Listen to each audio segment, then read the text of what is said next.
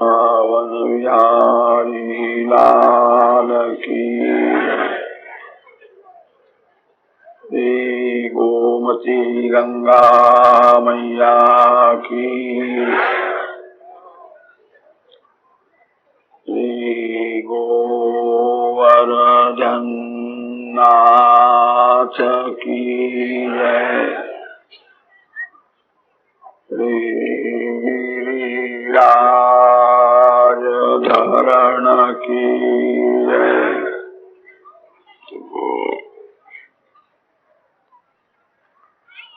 द्वारिकाधीश की जय। श्री बालकृष्ण लाल की जय। सद्गुरुदेव की जय।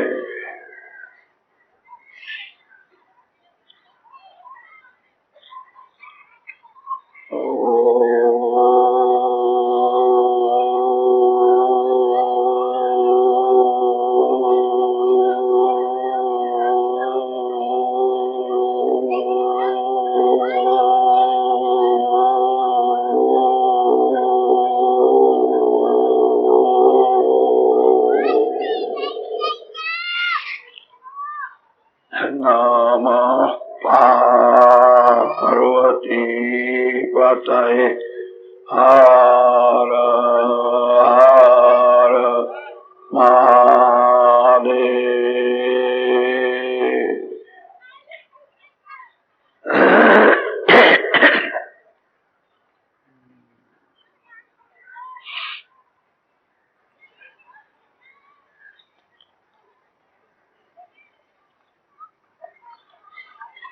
स्वस्ति श्री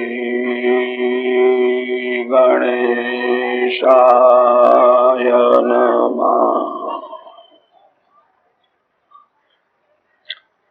श्री सरस्वत्यै नमः।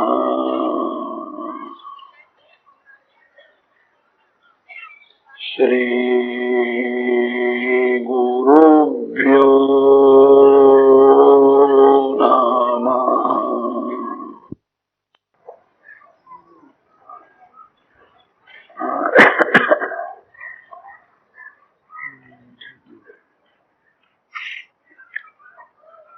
श्री शुक उवाच यत्तद्वपुर्भाति विभूषणायुधैः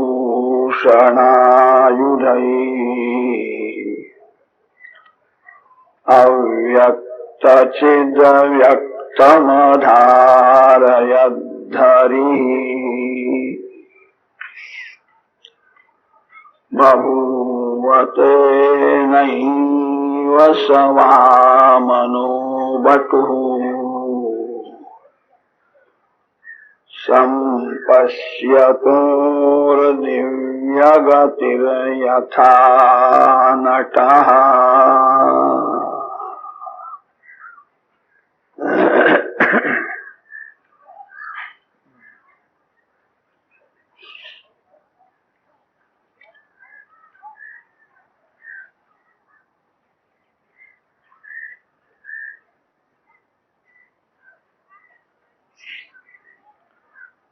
परमात्मा श्री कृष्ण अतिशय कृपा करते हैं, तब घर में ही सत्संग मिलता है। सत्संग ही महान तीर्थ है। सत्संग तीर्थ में मन की भी शुद्धि होती है। सत्संग करने से स्वदोष का भान होता है। मानव में बहुत से दुर्गुण हैं। मानव को अपने दुर्गुण सद्गुण के जैसे लगते हैं।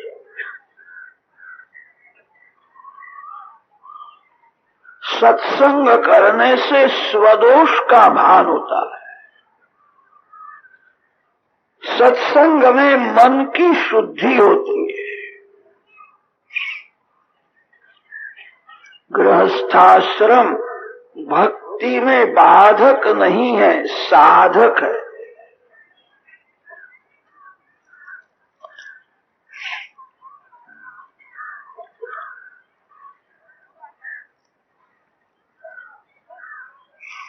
लग्न का लक्ष्य क्या है, समझ करके फिर लग्न करे। लग्न काम का विनाश करने के लिए। जीव और ईश्वर दोनों साथ में ही रहते हैं। परमात्मा जीव को देखते हैं, यह जीव भगवान का दर्शन नहीं करता। जीव और ईश्वर दोनों के बीच में पर्दा है। काम ही पर्दा है। काम रूपी पर्दा होने से जीव को ईश्वर का अनुभव नहीं होता। आकाश में बादल आवे तो सूर्य का दर्शन नहीं होता। लग्न काम का विनाश करने के लिए। हमारे ऋषियों ने स्त्री को धर्म पत्नी माना है। स्त्री काम पत्नी नहीं है। स्त्री भोग का साधन नहीं है, स्त्री भक्ति का साधन है।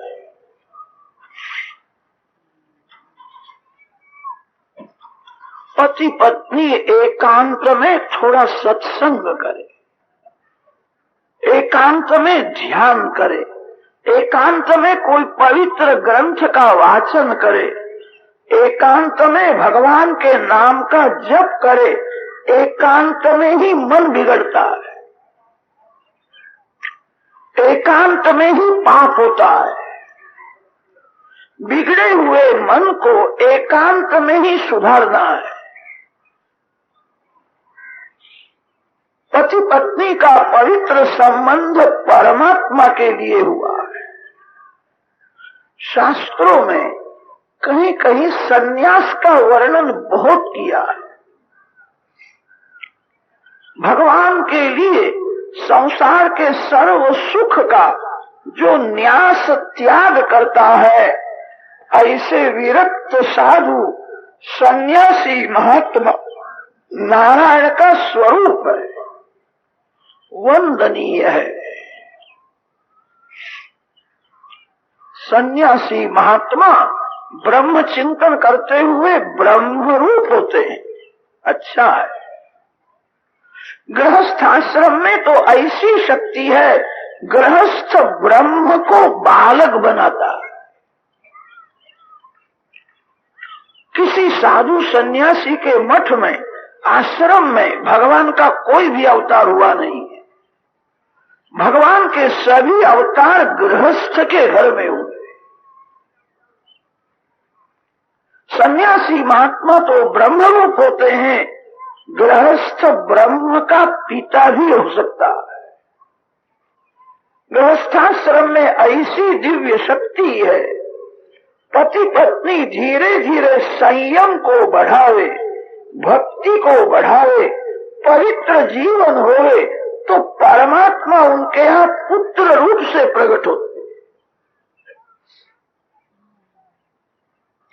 गृहस्थाश्रम में कैसी शक्ति है, गृहस्थ परमात्मा का भी पिता हो सकता है। परमात्मा तो सबसे बड़े हैं, सबके पिता है। गृहस्थाश्रम में ऐसी शक्ति है, जगत पिता का भी वो पिता हो सकता है।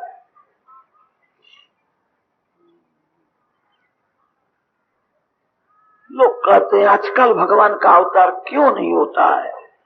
भगवान को तो जगत में आने की इच्छा है, कोई पवित्र घर मिलता नहीं। गृहस्थाश्रम में संयम बढ़े, भक्ति बढ़े, तो आज भी गृहस्थ के घर में भगवान आने के लिए तैयार है।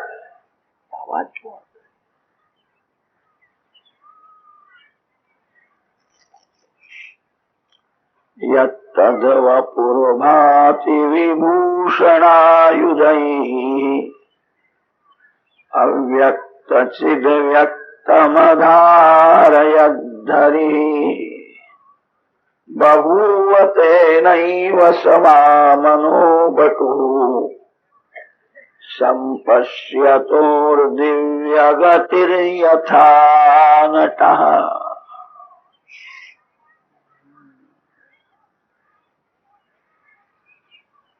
पुरुष कश्य पुरुषी के जैसी तपश्चर्या करे और स्त्री अदिति हो जावे, तो आज भी भगवान प्रकट होने के लिए तैयार है।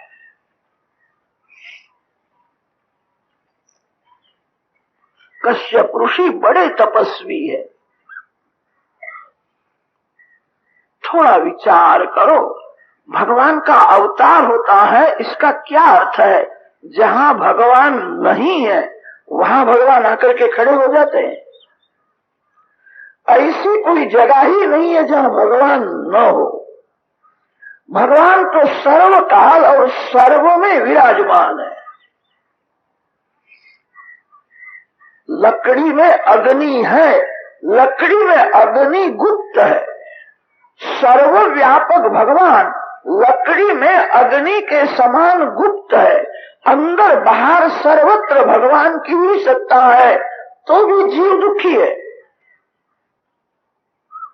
अंदर बाहर सर्वत्र भगवान है, तो भी जीव पाप करता है। सर्वव्यापक भगवान लकड़ी में अग्नि जिस प्रकार गुप्त है, वैसे गुप्त रहते। बहुत ठंडी पड़ी है, लकड़ी में अग्नि है ऐसा समझ करके कोई लकड़ी को स्पर्श करे तो लकड़ी में जो अग्नि है वो गर्मी नहीं देती है। लकड़ी में जो अग्नि है उसका उपयोग करना हो तो लकड़ी के ऊपर अग्नि रखो।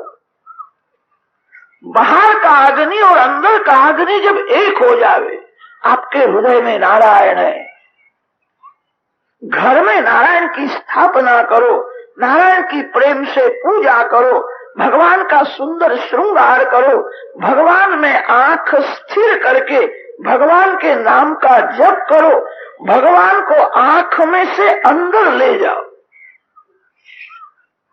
बाहर का अग्नि और लकड़ी में जो अग्नि दो एक होवे तो ज्वाला होती है। अंदर जो नारायण है उनका नाम अंतर्यामी नारायण। आप घर में जिस नारायण की पूजा करते हो उनका नाम है अर्चा स्वरूप नारायण। अर्चा स्वरूप और अंतर्यामी स्वरूप दोनों जब एक हो जाते हैं, बाहर का अग्नि और लकड़ी का अग्नि दोनों जब एक हो जावे तो ज्वाला होती है। अदिति बनो। अदिति शब्द का अर्थ होता है नारायणाकार मनोवृत्ति ही अदिति है। मन जिसका चिंतन करता है तदाकार मन हो जाता है। भगवान ने खराब विचार करने के लिए मन नहीं दिया है, भगवान ने पाप करने के लिए मन नहीं दिया है। शिवो न सुमना भवा तन्मे मनः शिव संकल्पमस्तु। पवित्र विचार करने के लिए भगवान ने मन दिया। जिसका मन बहुत बिगड़ा हुआ है उसका दूसरा जन्म भी बिगड़ जाता है। दूसरे जन्म में यही मन साथ में आने वाला है। तौल बदलता है, मन बदलता नहीं है। पूर्व जन्म का मन लेकर के जीवात्मा इस शरीर में आया है। पवित्र विचार करो। भगवान का ध्यान करो, स्मरण करो। मन जिसका स्मरण करता है तदाकार हो जाता है। 12 दिन तक पयो व्रत किया था, एकादशी का व्रत, रामनवमी का व्रत, जन्माष्टमी का व्रत। व्रत क्यों करना चाहिए? व्रत का लक्ष्य यही है, जगत की विस्मृति होवे और भगवान के दर्शन में, स्मरण में तन्मयता होवे, इसलिए व्रत है। कितने लोग तो ऐसा समझते हैं व्रत करना माने आलू और साबुदाना खूब खाना, दाल भात खाना नहीं। आलू साबुदाना खाने से साधारण व्रत होता है।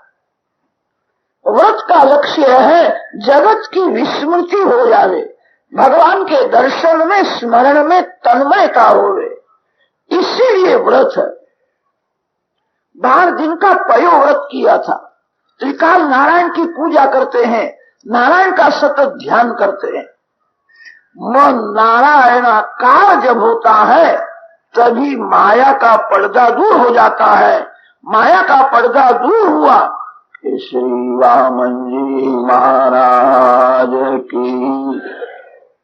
सर्वव्यापक भगवान माया के आवरण में ढके हुए हैं।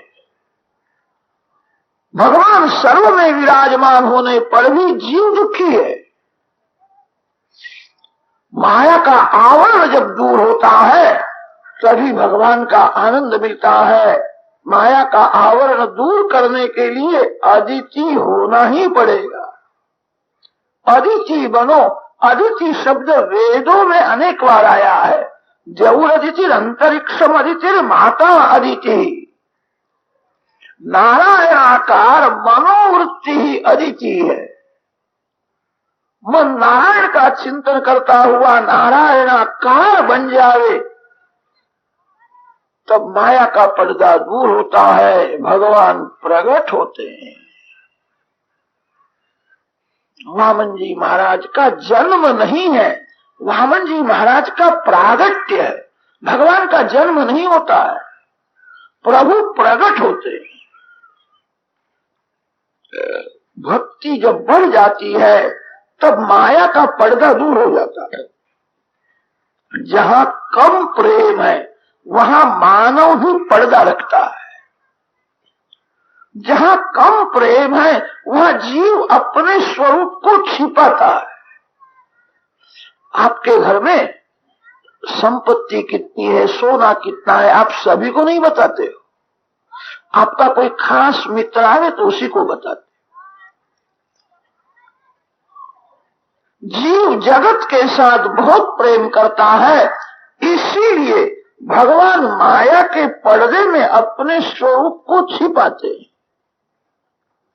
जीव जब भगवान के साथ अतिशय प्रेम करता है तभी माया का पर्दा दूर करके भगवान प्रकट हो जाते हैं। यही अदिति का स्वरूप है। वामन जी महाराज प्रकट हुए हैं। ब्राह्मण का जन्म 2 बार होता है। माता पिता से जो जन्म होता है वो बहुत पवित्र नहीं है। ब्राह्मण को जब जनोई देते हैं तब उसका नवीन जन्म होता है। जनोई देने पर उसकी माँ गायत्री हो जाती, परब्रह्म परमात्मा नारायण उसके पिता हो जाते हैं। जनोई के समय में ब्राह्मण लोग वेद मंत्र बोलते हैं। वेद मंत्रों का भी यही अर्थ निकलता है। पिता अपने पुत्र को कहता है, आज से तू मेरा पुत्र नहीं, देवायत्वा सवित्रे परिरदामि। पिता अपने पुत्र को कहता है, आज से मैं तेरे को नारायण के चरण में अर्पण करता हूँ। परब्रह्म नारायण तेरे पिता है और मात गायत्री तेरी माँ है। जनोई देने के बाद माता पिता बदल जाते हैं।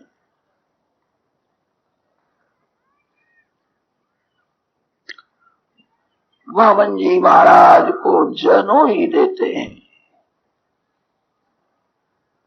कोई राजा के घर का सिपाही गले में चपरास रखता। जनोई वेदों ने दी हुई चपरास है। जो जनोई धारण करता है वो भगवान का हो जाता है, परमात्मा के साथ संबंध होता है। बहुत से लोग तो जनोई का महत्व समझते नहीं है। उनको ऐसा लगता है चाबी रखने के लिए रस्सी बड़ी अच्छी है, जनोई में चाबी रखने लगे।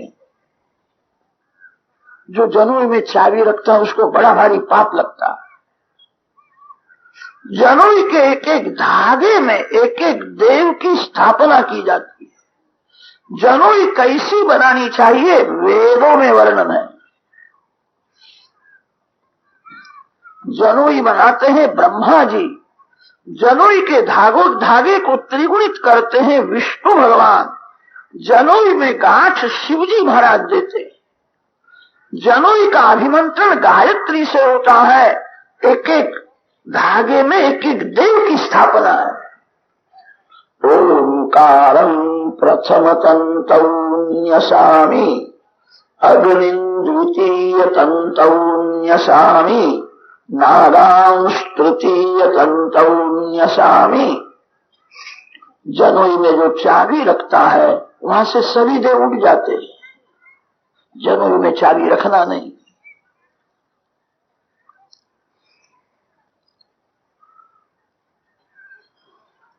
सूर्य नारायण भगवान ने वामन जी को गायत्री मंत्र का उपदेश दिया। बृहस्पति वामन जी महाराज को ब्रह्मचारी के धर्म समझाते हैं। बेटा आज से तू ब्रह्मचारी हो गया, दिवस में 3 बार संध्या करनी चाहिए। सन्यासी महात्मा 4 बार संध्या करते हैं, ब्राह्मण 3 बार संध्या करते हैं। प्रातः संध्या, मध्याह्न संध्या और सायं संध्या। सन्यासी महात्मा मध्य रात्रि में जब श्री कृष्ण भगवान प्रकट हुए हैं, मध्य रात्रि के समय में चतुर्थी संध्या करते हैं। ब्राह्मण त्रिपदा गायत्री जप करते हैं और सन्यासी महात्मा चतुष्पदा गायत्री का जप करते हैं। संध्या के समान श्रेष्ठ कोई सत्कर्म नहीं। बेटा त्रिकाल संध्या करना। ब्राह्मणों को संध्या में श्रद्धा कम हो गई, तभी से ब्राह्मणों का पतन होने लगा। मनु महाराज ने ब्राह्मण के धर्म बहुत बताए हैं। मनु महाराज को ऐसा हुआ कलयुग में इस सब धर्म का पालन करना बड़ा कठिन होगा, अशक्य हो जाएगा। मनु महाराज की आज्ञा है त्रिकाल संध्या करे। कुर्याद अन्यं नवा कुर्यान मैत्रो ब्राह्मण उच्यते। दिवस में 3 बार संध्या करो। जो संध्या करता है उसकी बुद्धि बिगड़ती नहीं।